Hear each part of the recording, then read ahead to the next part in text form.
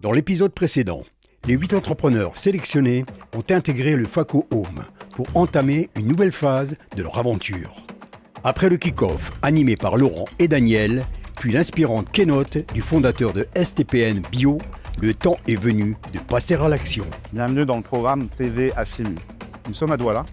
Je suis en charge pour le groupe Affin de porter la casquette de directeur du programme d'accélération des entrepreneurs. Pendant les prochaines semaines, les participants seront accompagnés par des experts, des coachs et des mentors individuels, dont la mission sera de les instruire, les challenger et de renforcer leurs projets. Bienvenue dans la phase d'accélération de AFIM Afrique Impact Entrepreneur. Le programme nous annonce pour les prochains jours 6 semaines intenses avec un coaching à la perfection. Je pense que nous allons atteindre nos objectifs dans la suite du programme. Nous sommes agréablement surpris par le début du déroulement de ces événements. Les entrepreneurs sont désormais au cœur du programme. Et parmi les défis auxquels ils devront faire face, une question revient sans cesse. Comment transformer une ambition en projet capable d'attirer les investisseurs? Pour répondre à cette question essentielle, place à l'intervention d'Éric Ntofo. Ce que tu dis à un investisseur immédiatement, c'est ce dont tu as besoin pour passer à l'autre étape de ta proposition de valeur. Expert en stratégie de financement, business angel et fondateur du groupe Fiat Top. Bonjour à tous. Bonjour. Bienvenue pour cette nouvelle session. Je suis ravi d'être avec vous. Très content chaque fois qu'il s'agit d'interagir avec les entrepreneurs. Je vais commencer par me présenter assez succinctement. Donc, Éric Tonfo, je suis entrepreneur depuis 2015, 2014 même, dans la fintech, dans l'investissement pour les entrepreneurs et plus récemment dans la voyage tech, c'est un mot que j'ai inventé. Je suis également consultant pour les acteurs de la coopération internationale qui nous demandent d'intervenir pour les accompagner dans des programmes de financement de l'entrepreneuriat africain au Bénin, au Togo, au Maroc, au Burkina. J'enseigne aussi dans des masters Clermont-Ferrand, Marseille et puis Baganté. Et enfin, je suis coach, comme ce que je vais faire aujourd'hui. Première chose, quand vous pitchez, quand vous faites un elevator pitch, à la fin, la personne qui est devant vous, qui veut investir en vous, doit avoir compris l'essentiel de pourquoi. Quand vous vous présentez et que vous ne donnez que la proposition de valeur, ce n'est pas suffisant. L'investisseur doit comprendre pourquoi votre solution met les gens au pied du mur. Qu'est-ce qui fait qu'on en a besoin? Qu'est-ce qui fait que les gens vont l'acheter? Et qu'est-ce qui fait que vous êtes la bonne personne pour croire le business? Donc, si vous arrêtez à la proposition de valeur, l'investisseur il va passer au prochain parce qu'il n'aura pas les éléments pour dire tiens, il faut que je... Donc, ouais, c'est important. Donc, c'est tout ce qu'on dit est capital. Dès qu'on commence à s'exprimer, c'est capital. Surtout quand on a 1 minute ou qu'on en a 5. Il faut absolument dire quel est le problème qu'on résout, pourquoi est-ce que ça met les gens au pied du mur. Au bout d'1 minute, on doit se dire tiens, il faut que j'y aille. Vous voyez, donc ça commence là. Ça commence. La levée de fonds, c'est une... Avant qu'on déroule quelques slides, je veux vous dire que c'est une posture. Quand on se met en état de levée de fonds, on se met en posture de levée de fonds. Et c'est une posture qu'on ne quitte plus. C'est une posture qu'on ne quitte plus. Tout ce qu'on dit dans un pitch, dans une présentation, participe de cette posture-là. Et la voix. L'entrepreneur qui convainc, c'est celui qui a du charisme. Il faut sortir la voix. La voix, on peut avoir d'autres formes de leadership, de charisme, mais la voix, c'est important quand on pitch.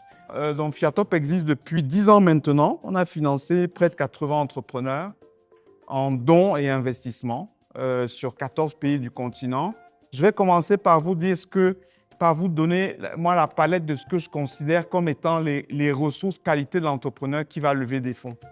Ça, c'est essentiel, la détermination. Pourquoi on va choisir un entrepreneur plutôt qu'un autre? C'est parce qu'on va choisir un entrepreneur qui a une rigueur à dérouler ce qu'il dit. Et ça, c'est des choses que les investisseurs ne vont pas forcément vous dire. Mais quand vous allez pitcher, on va voir la rigueur à dérouler. Quand on vous demande quelle est votre stratégie de distribution, quand vous répondez, on voit la rigueur. Parce que l'investisseur, pourquoi il a besoin de quelqu'un qui est rigoureux dans le déroulement? Parce qu'il veut s'assurer que quand il vous met 1 million d'euros ou seulement 100 000 euros dans les poches, eh bien, vous aurez la rigueur nécessaire pour dérouler le plan qui va pour vous ramener du revenu. Et ça, l'investisseur, il veut le sentir. Donc, voilà, ça, c'est des points importants. La passion doit transparaître de votre pitch. C'est la passion qu'on finance d'abord, parce que c'est la passion qui fait que quand vous avez un setback, ce que les Anglais, on a des anglophones ici, ce que les Anglais appellent un setback, c'est la passion qui fait que le matin, vous vous réveillez, vous repartez. Et ça, on doit le sentir. Parce que si on vous donne 100 000 euros et que vous n'êtes pas passionné, dès qu'il y aura un truc, dès qu'il y aura un fait de jeu, un fait de parcours, vous allez tomber. Le premier financement, c'est le Lean Startup. Tout le monde sait ce que c'est le Lean Startup? Tout le monde? Non, si vous ne savez pas, vous dites, hein? Non. Le Lean Startup, c'est une méthode de développement de startup qui a été inventée aux États-Unis il y a une vingtaine d'années. Elle est simple. Elle dit une chose. Avant, quand on faisait une boîte, qu'est-ce qu'on faisait? On codait pendant 2 ans. Donc, ça fait que quand le Covid arrivait, imaginez, il y avait un Covid il y a 20 ans. Le Covid arrive, tu es en train de coder. Tu ne vois pas que le monde s'est arrêté. Donc, ce que dit le Lean Startup, c'est on a l'idée, on développe un peu un MVP. Vous connaissez ce que c'est le MVP? Hein, tout le monde connaît? Minimum Viable Product. Oui, on ne revient pas dessus. Mais moi, j'utilise justement ces concepts pour vous dire le financement commence par ça.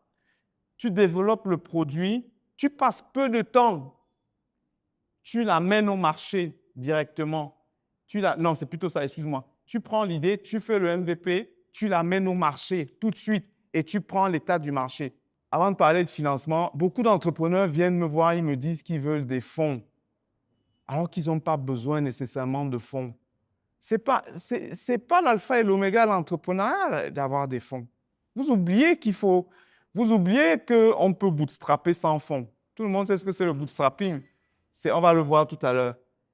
Quand on démarre, il y a un certain nombre de qualités qu'il faut avoir, qu'il faut posséder, même avant d'aller chercher des fonds. Bien communiquer. Ça, avant de recruter un responsable marketing, etc., l'entrepreneur doit travailler ses skills de communication. Même si dans son équipe, il a un communicant. L'entrepreneur, c'est quelqu'un qui est polyvalent. Vous devez travailler les dimensions que vous n'avez pas. Des gens qui rentrent dans la boîte, ils mettent de l'argent et ils veulent gouverner la boîte. Est-ce qu'on doit le laisser faire ou alors, quand j'ai gouverné, parce que c'est le porteur et l'équipe qui ont la stratégie. Et est-ce qu'il faut écouter sans rien faire et puis la boîte va à la déperdition? Attention aux investisseurs, mais ça, vous allez le voir vous allez le voir dans les premières discussions, les gens qui veulent vous changer. Donc, c'est important que vous gardiez votre ADN parce que c'est ça qui a fait qu'ils viennent vous voir. Si vous perdez votre ADN, ils vont prendre la main. Et en général, ils prennent la main, ils dénaturent le business. N'oubliez pas, hein, 38% des boîtes qui lèvent 3 à 4 fois plus que ce qu'elles géraient meurent dans les 2 ans. Parce que justement, beaucoup d'investisseurs arrivent avec agressivité. Ils ont un objectif d'exit tellement fort qu'ils vous dénaturent et vous tombez avec eux. Donc, faites attention aux investisseurs qui rentrent. Due dealez vos investisseurs. Ah ouais, regardez-les bien, attention, ce n'est pas que eux. Ah oui, eux, ils vous regardent. À un moment donné, quand vous ne sentez pas, vous arrêtez. À votre avis, comment est-ce qu'il faut déterminer de combien on a besoin? Tiens, c'est une bonne question. Je peux aller? Oui. En fonction des 3 à 5 prochaines années, on évalue éventuellement le besoin de déploiement et puis c'est ça qu'on package et on propose à l'investisseur. OK, ça c'est OK. Qui d'autre? À votre avis, ça c'est clé, hein? Vous savez pourquoi? Si un investisseur a l'impression que vous ne maîtrisez pas comment vous avez besoin, il va vous écarter sans vous dire. Parce que c'est un monde un peu… je fais partie des gens qui essayent de sortir de l'hypocrisie. Les investisseurs, on est très hypocrites. On va venir dans une conf, on va manger des petits fours avec vous. Quand vous êtes barbon, on laisse la carte de visite. Je vois des gens qui pitchent. Ils disent, I need 200. En fait, il y a une mode en ce moment, c'est à qui dit le plus, on croit que c'est qui dit le plus qui est important. Je vous assure, vous pouvez finir un pitch, vous ne dites pas combien il valait. La puissance de la proposition de valeur va jouer votre travail, va faire votre travail. Votre maîtrise du marché. Proposition de valeur incontournable. Ce que j'appelle l'outstanding value proposition. Incontournable. C'est-à-dire qu'on ne peut pas la contourner. C'est la première chose qu'on regarde. Deuxième chose, est-ce qu'il est capable d'avoir une traction? Est-ce qu'il peut recruter assez de fournisseurs? Une question. Oui. Je reviens un peu sur ce qu'on venait de dire. On a besoin pour évoluer de, je dis n'importe quoi, 100 000 francs. Ouais. Et on se dit, à 3 ans, à 5 ans, on aura besoin de 100 000 francs. C'est un peu ce qu'on... immédiatement, qu'est-ce qu'on demande à l'investisseur? Est-ce qu'on parle de 18 mois juste ou alors on parle de 36 mois? Alors, ce que tu dis à un investisseur immédiatement, c'est ce dont tu as besoin pour passer à l'autre étape de ta proposition de valeur. Et tu dis, je veux 30 millions pour ça. Donc, je veux 30 millions pour acheter ma prochaine machine en Chine, ma prochaine presse fruits et tout pour renouveler mon outil de production. Et je veux 20 millions pour recruter des nouveaux commerciaux. Ça dit le salaire de commerciaux pendant 2 ans, le salaire de 6 commerciaux pendant 2 ans. Et je veux 10 millions pour mettre SAP et mieux gérer mon truc. Et tu lui dis, avec ces 100 millions, tu fais des projections financières claires. Avec ces 100 millions, au bout de 2 ans, je vais atteindre le break-even point. C'est-à-dire, au bout de 2 ans, je vais stabiliser cet investissement et je vais commencer à être rentable. Tu lui montres pourquoi. Avec 6 commerciaux en plus, je vais passer d'une force de distribution de 15 supermarchés nouveaux par mois à 30 supermarchés. Ça doit être logique. Tu dois démontrer pourquoi. Tu dois démontrer qu'un commercial apporte 5 supermarchés par an. Donc, avec 6 commerciaux, ça doit être mathématique. Tout ce que vous dites doit être démontré. Et quand vous faites un pitch de 10 minutes, arrangez-vous pour que ça apparaisse là. Et quand vous allez parler, de toute façon, on va être convaincu par la maîtrise. On va sentir. Le gars qui sait combien son commercial apporte de nouveaux supermarchés, on le sent quand tu pitches. Et on le sent aussi quand tu ne maîtrises pas. Nous sommes très impressionnés par le programme qui nous a été proposé. Et on est davantage satisfait parce qu'on a l'impression qu'on est vraiment là où il faut. Le bootstrapping, c'est clé. Tout le monde, tous les grands entrepreneurs sont passés par le bootstrapping.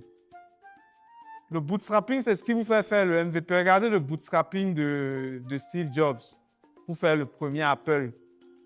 Il a pris une télé à la maison qui marchait bien. Il s'est rendu compte que c'était en 83 ou 79 même. On était dans une ère où il sentait bien. C'est un génie, c'est-à-dire il a senti les choses. Il s'est dit, l'informatique, l'ordinateur personnel, ça va arriver, mais il faut que je fasse un proto. Il y avait IBM qui avait déjà des gros protos lourds et tout. Il s'est dit, moi, je fais un proto pour les businessmen, les gens, voilà. Et il a pris une télé avec 3 entrées RGB, vous connaissez les télés, vert ou les entrées qu'on n'utilise même plus beaucoup, vert ou jaune. Il a fabriqué un clavier et il a connecté ça à une carte mère qu'il a fait avec des électroniciens. Voilà, et c'était ça. Et il sortait le son sur un magnétophone, comme ça, au début. MVP. C'est ce que je dis à Ifriki. Prototype. Montre-moi que tu sais faire. Vous pensez que Steve Jobs allait vendre ça en 82? Vous pensez qu'il a vendu ça en 82? Non, il a commencé par ça en 79. Il a fait ça. Donc, vous voyez qu'il sortait le son ici. Il mettait, regardez comment il faisait les images. Il a pixelisé avec la précision d'un téléviseur de 79. Il a fait un clavier pour entrer des données que la carte mère venait reproduire sur l'écran. Voilà le premier ordinateur Apple. Oui, il pensait qu'en demandant plus, on aura plus. Je vous ai dit, ce n'est pas ça qui montre le sérieux et la crédibilité. Non. On est impressionné par la proposition de valeur. On est impressionné par comment vous déroulez l'attraction, comment vous allez développer. On est impressionné par qui vous êtes, ce que vous renvoyez, la rigueur. On veut la rigueur que vous pouvez développer. On ne vous le dit pas, mais moi, je vous le dis. On regarde la rigueur. C'est important. Un entrepreneur, le mindset que vous devez avoir pour lever des fonds, c'est le réseau. On parle de son projet partout. Un bon investisseur ne s'intéresse pas trop vite à vous. Parce qu'on veut, en fait, nous, on investit, vous savez, au bout de combien de temps? En moyenne de 12 à 18 mois. Eh ouais, parce que je ne sais pas qui tu es. Oui, question, il y avait 2 questions. Je commence par toi. Oui, parlons des investisseurs patients. Ouais. Et si on se retrouve dans une situation ou dans une posture où on a vraiment en fait besoin d'un investisseur? Le piège. Mais écoute, tu vas tomber dans le piège. C'est un peu, ça ressemble à quelque chose que vous connaissez, n'est-ce pas? Tu es seul, tu vas être avec quelqu'un. C'est pareil. Exactement pareil. Tu vas tomber dans le piège, tu vas tomber dans la mauvaise personne parce que tu vas absolument être avec quelqu'un. On dit que mieux vaut être seul que... Être mal accompagné. Voilà, c'est exactement pareil. Ne te précipite pas. Si tu as, écoute, dans la vie, il y a des business qui tombent parce que il n'y avait pas le bon investisseur au bon moment. The right person to invest was not there at the right time. C'est pas grave. Tu vois, oui. Yes, and such things also happened to me like some years back, Yes, but where we were working on these bags, yeah. and we were we were in Yaoundé actually, and someone saw me on TV, Yeah. and he came and he was like he's interested and so on, and back then we needed 10 million. He said no problem, I'll give you 10 million, but you will give me 40%. I said I'm not interested. Just go. 40% for 10 million. That's what people do No. because they know you're in need of cash.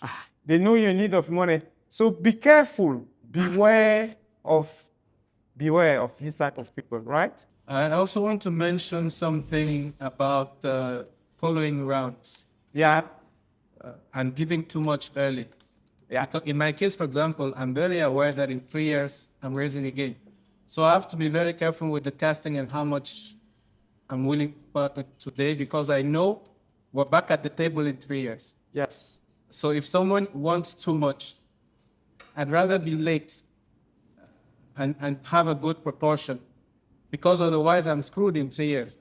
Yeah. I don't have any lever, especially, in fact, the higher the valuation in 3 years, the worse off I am if I give too much today. Absolutely. Because, it's a good that the value is high, but if I give too much today, exactly like you explained, I really don't have much to say. You know what you say. And the thing is, you better be valued a bit less than what you really value than being valued too much. En tant qu'entrepreneur, c'est pareil, c'est pour votre vie d'entrepreneur. Prenez un soin à travailler le nom de vos boîtes. Donc, la maison Fenel, les noms trop communs, ça ne rappelle pas. Regardez Yahoo, regardez Amazon, regardez les noms des boîtes, SpaceX. Ah, trouvez-moi des bons noms. On se donne 30 minutes pour que vous améliorez les pitchs existants. Ce soir, je vais vous parler de Mariam. Mariam, c'est une jeune auteure sénégalaise et elle a réussi à écrire son premier roman. Elle a écrit entre 2 coupures d'électricité, c'est vrai, mais elle n'a jamais manqué de passion. Malheureusement, lorsqu'elle veut publier, tout se bloque. Les maisons d'édition ne répondent pas. L'auto-édition, ça coûte trop cher et les plateformes internationales reprennent des pourcentages qui sont inacceptables. La conséquence, c'est que le texte de Mariam va rester dans un tiroir et avec lui, c'est une part de notre mémoire collective. Alors, nous, chez Kitaboo, on a décidé que Mariam méritait mieux. Les chiffres sont bien là. 80% des auteurs africains manquent de financement. Bonsoir à tous, je suis Léa Arsène Tafak. Je suis dévouée à l'accompagnement des auteurs africains depuis 6 ans aujourd'hui. Et si j'ai fondé Kitaboo, c'est pour permettre à chaque auteur africain de vivre de sa plume. Alors concrètement, Kitaboo, c'est une plateforme de préfinancement qui permet à l'auteur de présenter son projet de livre, de fixer un budget minimal de production et de mobiliser une communauté de soutien autour de ce projet-là. Si le budget est levé, le livre est produit, sinon les contributeurs sont remboursés. Ce qui nous permet de maîtriser le risque et de favoriser une production, je ne sais pas si je dis intuitive, mais utilitaire. Alors, la proposition de valeur de Kitaboo, c'est déjà de réduire le risque financier pour l'auteur. Deuxièmement, de transformer les lecteurs en acteurs de la chaîne du livre. Et troisièmement, de transformer les manuscrits africains en projets éditorialement viables. Alors, Aujourd'hui, Kitaboo, c'est 350 utilisateurs, une communauté forte de keybookers répartis sur tous les réseaux sociaux. Nous sommes très actifs. Nous avons 35 auteurs engagés aujourd'hui qui, à eux tous, cumulent 20 projets de livres finançables dès aujourd'hui. Je serais ravie de discuter plus amplement de Kitaboo avec vous. Je vous remercie. Bravo.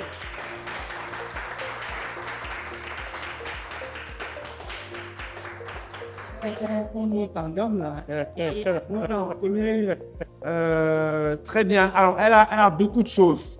Il faut que vous copiez la gravité. Quand on résout un problème, quand on adresse une douleur, on est grave. C'est grave.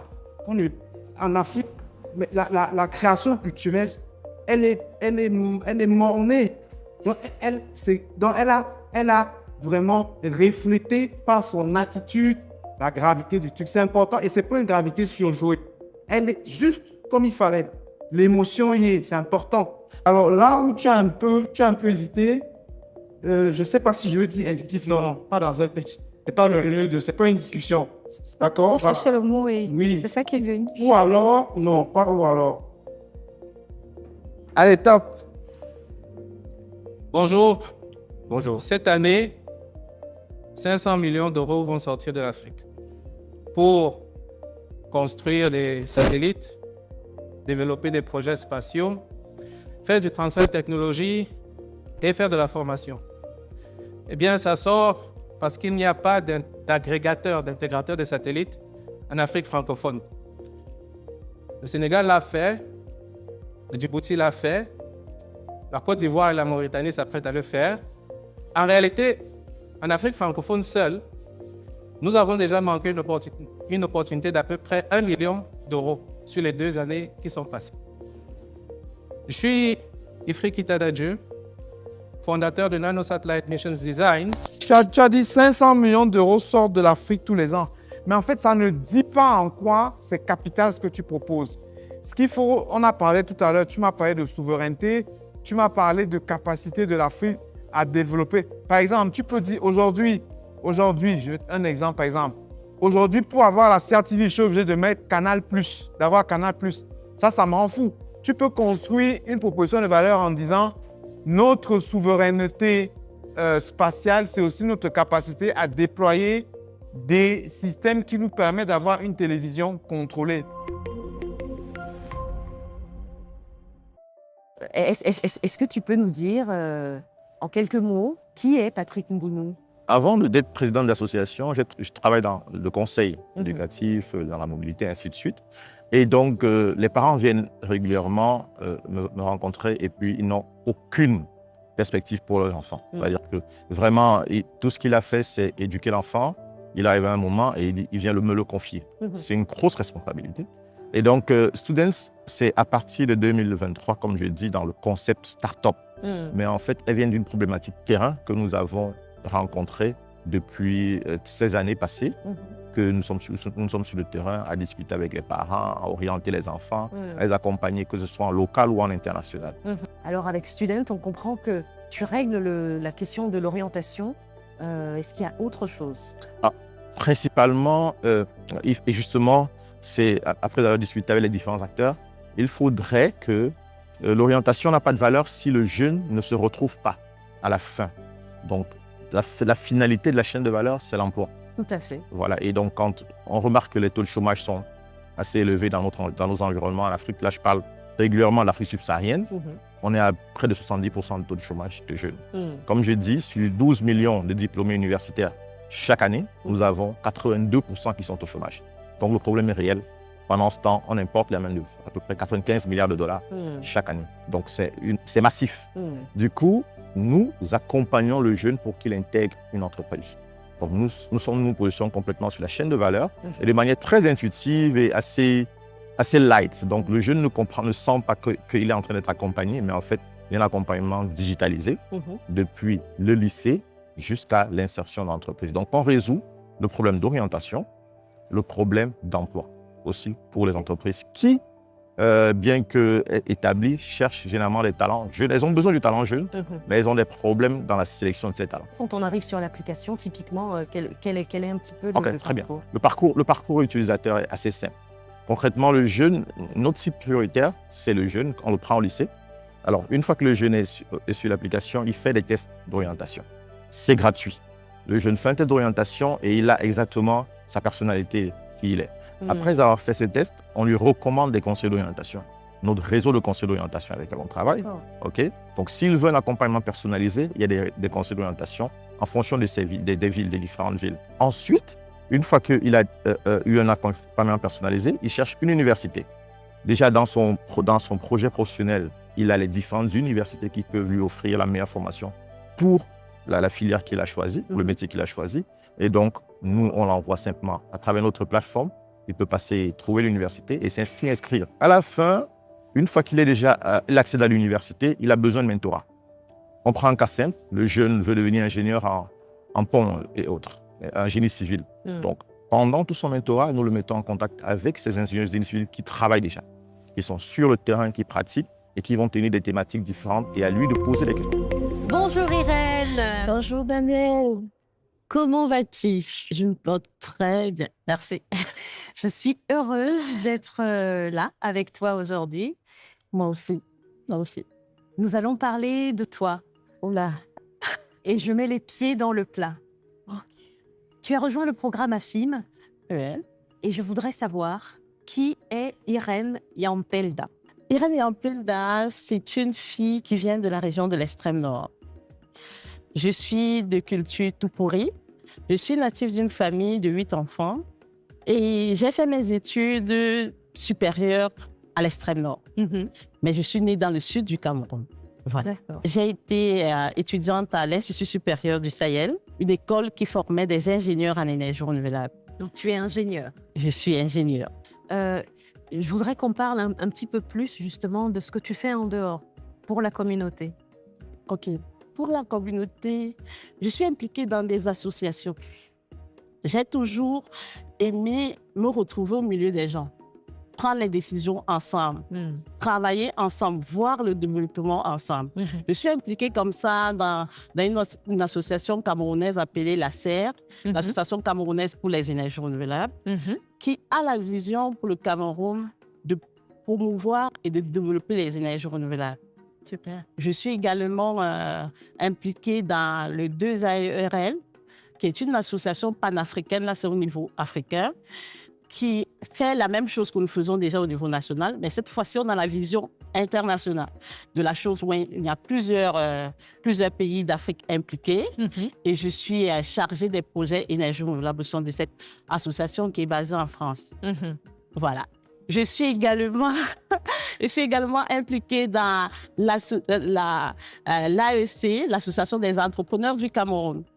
Et également, là-dedans, on retrouve des entrepreneurs camerounais qui parlent de leurs problèmes, leurs difficultés, leurs succès et partagent les expériences avec les autres. Donc, je suis une femme de la société. Je suis une femme impliquée dans le développement, impliquée dans la vie active au Cameroun. Ah, tout à fait. Il manque le PAGEC dans les associations. On referme la parenthèse, on y reviendra. Alors revenons à Oui Énergie et Eau. Oui Énergie, de façon concrète, c'est quoi? Oui Énergie et Eau, c'est la promotion, la vulgarisation de tout ce qui est énergie solaire pour le Sahel. C'est de là où je sors, c'est là où j'ai implanté l'entreprise, c'est là où toute mon histoire a commencé. Ça fait 10 ans que nous sommes sur le terrain. Nous avons déjà atteint un chiffre cumulé de plus de 500 millions de francs CFA depuis la création de l'entreprise jusqu'à nos jours. 2025, qui est récent, nous sommes à 87 millions de francs CFA de chiffre d'affaires réalisé. On a plus de 500 clients que nous avons déjà captés, que ce soit pour des petits kits ou des grandes solutions. Essentiellement au Cameroun. Essentiellement au Cameroun, essentiellement dans la région septentrionale du Cameroun. J'aimerais qu'on parle un peu plus des solutions et de ton cycle, finalement, de fabrication. Qu'est-ce que tu peux nous dire à propos? Voilà. Puisque nous nous parlons du solaire, au Cameroun, on ne produit pas les équipements solaires. Nous faisons de l'importation. Quand on veut avoir un certain équipement, nous importons les équipements. Une fois importés sur place, nous faisons ce qu'on appelle l'assemblage parce que nous constituons nos équipements en kit et en pack. Donc, on fait l'assemblage en équipe avec les ingénieurs et les techniciens. On fait l'assemblage. Et une fois qu'on a fait l'assemblage, soit on propose nos kits à nos clients déjà préassemblés, soit généralement, c'est les clients qui viennent avec leurs problèmes et leurs besoins. Il faut faire ce qu'on appelle le bilan énergétique afin de sortir un projet à la dimension du client. Donc, il y a aussi ce modèle-là. Soit on s'adapte aux besoins du client, soit on lui propose une solution déjà faite. Donc, il y a tous ces modèles. Et une fois qu'on s'est entendu avec le client, on va sur le terrain, on fait l'installation. Une fois l'installation est faite, soit on a l'eau, soit on a l'électricité disponible. Et après, ce qui nous restera de faire, c'est de faire le suivi et la maintenance. Ça, c'est très, très important dans le processus. Et on accompagne le client dans l'utilisation. On le forme même à l'utilisation. Alors, qui est votre client? Parce que c'est une particularité pour toi dans l'extrême nord. Qui sont tes clients? Voilà. Nos clients sont des personnes, soit des individus, des particuliers, des institutions. On a des ONG qui sont là, qui portent souvent des projets d'envergure et font des donations dans des localités. On a des centres de santé, on a des écoles, on a des services publics et privés. Vraiment, tout le monde qui est passionné de l'énergie, qui trouve que l'énergie solaire est une solution pour lui, est un client pour nous. Donc, le Cameroun tout entier deviendra un marché pour nous et l'Afrique également. On a des pays qui ont les mêmes sensibilités d'accès à l'eau et à l'électricité, comme à l'extrême nord du Cameroun, tout comme à Yaoundé, à Douala, où nous sommes, il y a également ces problèmes. Donc, on veut s'attaquer au marché africain d'ici 5 ans pour pouvoir faire de la richesse, comme je le dis. Pour moi, aujourd'hui, je ne vois plus le solaire juste comme une opportunité d'avoir des ampoules qui brillent. Non, c'est de faire de la richesse. Voilà ce que nous voulons atteindre à l'avenir pour l'Afrique. Quels sont vos besoins? Qu'est-ce qu'on peut vous souhaiter? Qu'est-ce que AFIM peut nous souhaiter? C'est ce que vous nous donnez déjà aujourd'hui. C'est ce que nous avions eu besoin. Cet accompagnement stratégique que vous nous apportez, cet accompagnement technique avec tous ces experts que vous avez mis autour de nous pour nous accompagner, c'est un besoin essentiel pour notre entreprise. Mais on ne va pas s'arrêter là. Nous avons besoin également d'un accompagnement juridique pour bien sûr protéger nos investissements, les partenariats qu'on va nouer. Il faudra vraiment que les contrats soient bien revisités. Un accompagnement juridique nous sera très important à l'avenir. Un accompagnement stratégique pour nous faire voir comment on va s'implanter facilement dans certains pays d'Afrique qui ne vont pas avoir qui vont nous permettre des accès faciles. Ça, AFIM, on vous le demande encore. Et aussi, nous avons besoin d'investisseurs qui vont nous accompagner à porter cette vision au niveau africain. Une levée de fonds réussie commence bien avant la rencontre avec les investisseurs. Elle repose sur des indicateurs concrets et des résultats mesurables. Traction, croissance et KPI sont des outils essentiels pour piloter son entreprise. C'est tout l'enjeu de cette nouvelle session animée par Ayuketa, serial entrepreneur, créateur d'écosystèmes tech et fondateur de l'accélérateur Mountain Hub. Today, we're going to do something interesting. We're going to talk about traction and KPIs. And traction is not just a nice word. Traction is proof. Okay? And investors love proof. Because proof is the only way that investors know that you're making progress. There is a business and they can help you and move to the next step. So, in this session, we're going to learn how to measure, decide, and act. Today, we're going to do two things. We're going to talk about traction, which is how much progress are you making. And we're going to talk about the second thing, which is KPI, is how you measure the progress you're making, okay? Two things, traction, how much progress you're making. And the second one is KPI, how do you measure the traction? Yes? And this session is about to kill vanity metrics, okay? And vanity metrics is you measuring things the wrong way, yes? Because if your KPI, which is how you're measuring progress, does not change what you're going to do on Monday, there's not a KPI. By the end of this session today, these are the things that I expect from you. The first one is that every startup needs to define their North Star metrics. And their North Star metrics is a concept that we're going to talk about, okay? The second thing is you need to be able to define your KPI tree, right? What is the things that you track, okay? What are the things that you track? The last one, we're going to learn about the RR funnel, okay? And I'm going to talk about what RR funnel is, right? The other thing is unit economics. And unit economics are how you measure if you're making progress, okay? And the last one is every startup needs to have a weekly dashboard that shows your progress. The first one is that you need to have one North Star, not 5, okay? And I'm going to explain to you what is North Star. Your North Star is the one number that proves that you've offered value to your customer. In this training today, I need everybody to come out with one North Star, which is what guides you for the week to show that you've offered value to your customer. The second thing is you need to have 5 drivers, okay? Not more than that. 5 drivers are things that move your North Star. And we're going to see that as we go in, okay? The third one is you need 2 KPI per level of your RR structure. And I'm going to explain the RR structure. Just to give you a hint, RR is a model of how you acquire customers, okay? The first A is for acquisition. And it talks about everything on how you get customers to know about your product until they start using it. The second stage is activation. It's how you convert the people that you've received to people that start using your product. Maybe they make their first purchase, okay? Ecover got somebody to ask about their product and then make the first purchase. So acquisition is you went for a conference, you talk about your application, you talk about your product, and you've received a long list of people who are interested about it. That's acquisition. You have their name, you have their phone number. Activation is 5 people came to your office and actually purchased a bag. That's activation, okay? The first R is retention. They purchase a bag, did they come back? Did you retain them? Okay? The next R is referral. When they use the bag that you proposed to them, did they like it? Did they refer other people? Okay? And the last one is revenue.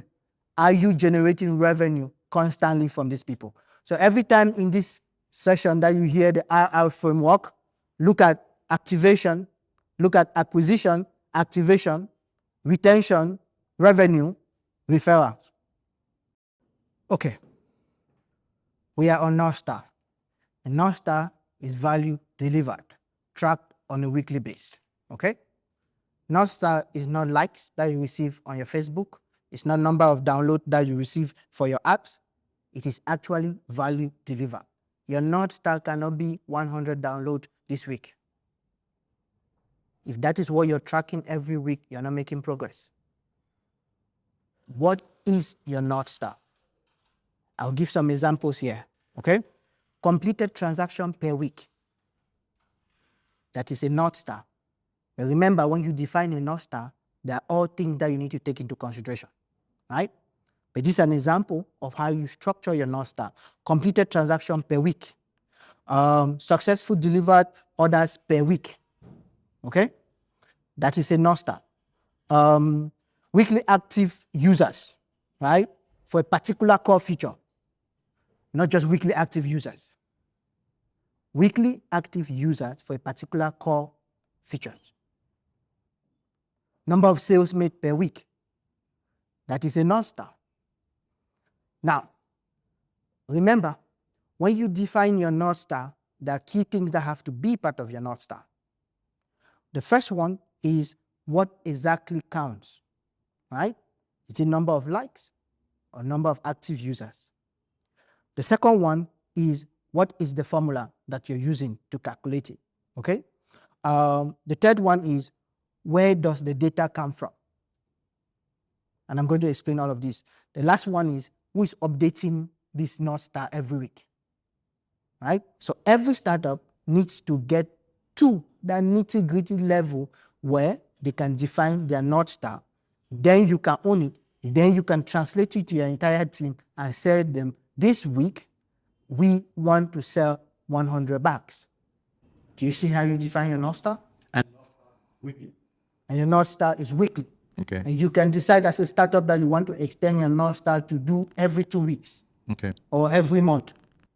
And usually you want to give yourself your North Star weekly in such a way that you kind of like have like a weekly ritual. Yeah. We come today and we review our North Star to find where we are, right? You don't want to leave your North Star for a month and you're coming back every month to find out where you are when you have been making mistakes and you have not been accomplishing your North Star. Well, the North Star helps a business to be realistic. For a new startup, I mean, downloads can be a for a new KPI, startup, right? download can be a North Star. But quickly you have to change that because download really do not translate to usage. Exactly. Right? So if you stay on that, you are staying on a false metrics, right? Where you have lots of download, nobody's using it. And you cannot figure out why nobody's using it. But if your North Star is activation and you have so many downloads, you will figure out why the downloads don't convert to users. And those are the things that you review on your weekly ritual to figure out. Remember, we have looked 5 KPIs. 5. Si vous avez besoin de 12 KPI pour comprendre votre business, ça veut dire que vous ne comprenez pas votre business. C'est vrai. Okay? 5 maximum to be able to drive your North Star. If you need 12, there's a problem. Okay? Okay. Now that we know our North Star and we know what drives our North Star, as a business, in your weekly rituals, you need to know where things are leaking. Okay? You need to know at what stage we have a problem. Do we have a problem when the marketers are going to the field to talk to customers? That is acquisition. Okay? Then you need to go and fix it. Do we have a problem when we need to convert the customer to pay? That is activation. Do we have a problem when the customer use our product and they cannot refer somebody? That's referrals. Do we have a problem to keep the customer, to keep buying new product or the same product every week? That's retention. Do we have a problem to make more money from the customer every week? That's revenue. That is the RR framework. And it is from the RR framework that you know where there are issues that contribute to your North Star. And every week, you need to go through that RR funnel to find out where the issue is. And you need to be like a surgeon to dissect every segment of that RR funnel to know and tell your team that, hey, our marketers don't know how to talk about our product at Carrefour. So the 2 co-founders go with all the marketers to Carrefour and go and talk about the product. Let them watch and see. Tell them to take videos of you talking about the product so that they can watch it later and know how you talk about it in such a way that they don't come back with leads that are not qualified. C'est vrai qu'il y a des aspects qu'on pensait maîtriser. On s'est rendu compte aujourd'hui qu'en fait, vraiment, c'est-à-dire... The RR framework is your growth funnel, right? It's how you grow your business. And it has all the stages of your business, of how you bring customer in, how you keep them, how they keep buying, and how they become ambassadors of that business. And the job of every business is to make their customers become ambassadors. Quand le client devient l'ambassadeur pour votre produit, ça réduit énormément le coût de marketing. So for every business, your client needs to become ambassadors. And your RR framework show you all the steps in such a way that when a step is not working, you know that it's not working. Okay? The first step of the RR framework is acquisition. And acquisition is how people arrive to know about your business or your product. How? Is it Facebook? Communication, marketing. And when you come to your weekly ritual, you need to be able to fix that. The second level is activation. And activation is the first real value moment for the customer. The first time that a customer gets value from your system. Yes? So talking about transaction, app transaction, there are some cases that we have activation, the activation of the account, and we have when the customer or the user initiate the transaction. When you are talking about activation, I don't really know what we shall have to take. What activation, which one you have to take and all of that. Yes, sir. There's activation on your platform, which is a technical term. The technical term for activation on Boom Express is that the client creates their account and they are activated and they can start carrying out transactions. Activation, in terms of your growth strategy, is the first time that a customer carried the first transaction. The first time a customer gets value from Boom Express is when they transfer money from one person to the other. I have a question. Yes, sir. If the first value is free, is it still activation? Yes. Okay. And whether the first value is free or paid depends on your business model. Ici avec un objectif, celui de transformer l'ambition de Kitaboo en un plan d'exécution assez précis. Level 3 is retention. Every business must learn how to keep their customers because it is more expensive to get new customers than to sell to existing ones. Quand je regarde le ARR modèle. RR. OK. RR. Il me semble que les 5 piliers peuvent constituer les KPI. En réalité, plus je travaille sur les KPI par rapport à ce qui concerne NMD, plus je me retrouve en train de remplir les piliers de AR. Ouais. Et dès que je peux mettre un nombre sur chacun d'entre eux, c'est comme si j'ai les KPI qui vont vers le North Star. Je ne sais pas si if that makes sense. It does. Okay. The RR framework helps you to come out with the KPIs because your goal is to choose KPI per steps. Yes. If your business only allows you to do acquisition, then all your KPI will stay on acquisition. Yes. If your business allows you to do all, your RR framework helps you to come up with all the KPI. Donc, en fait, la semaine sera chargée. Là, on va mesurer, on va se battre pour vraiment avoir la parfaite maîtrise de comment les choses évoluent, à quelle vitesse, comment améliorer en temps réel. Last part of our key concepts for today. When you have your North Star, you have your drivers or your KPIs, you have your RR framework figured out, and you have your metrics already set, all of this data needs to form what we call your weekly dashboard. Okay?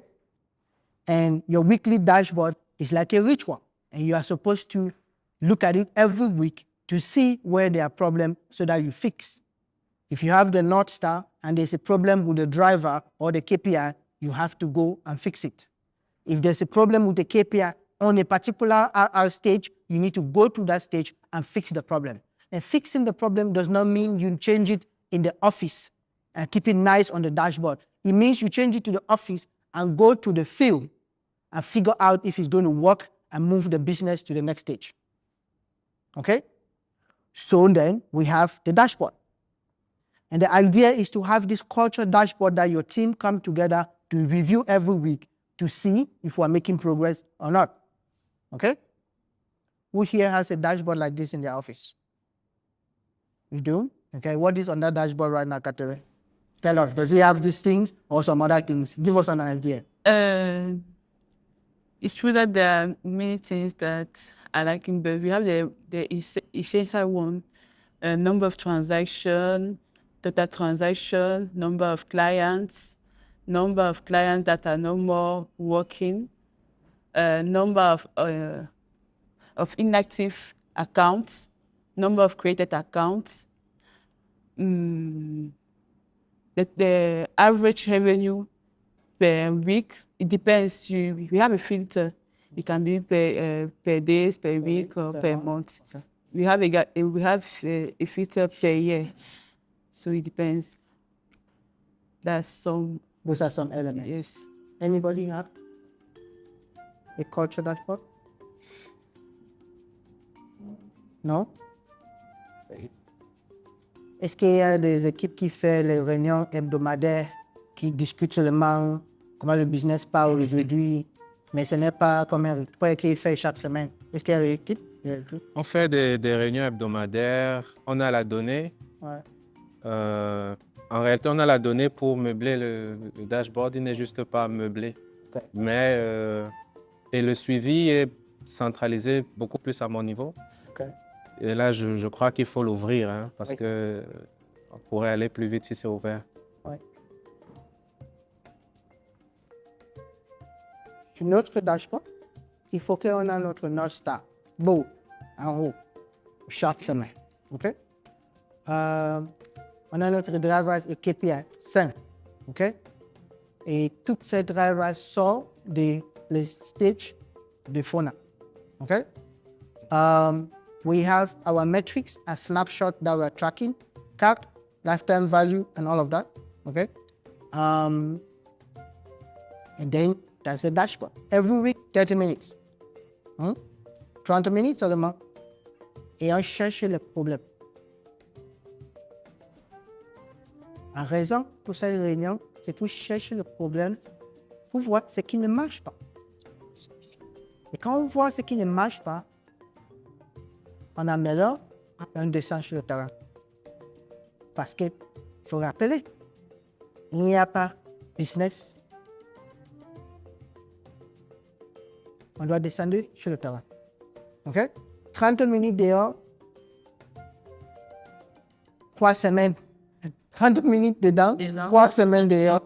L'objectif a été atteint parce que on repart avec pour objectif de réussir à financer un projet dans les 30 jours à venir. Cette première phase de l'accélération a permis aux entrepreneurs de réévaluer les bases de leur projet, comprendre les attentes des investisseurs, renforcer leur stratégie. Bien, je crois que c'est lancé, hein, c'était excellent.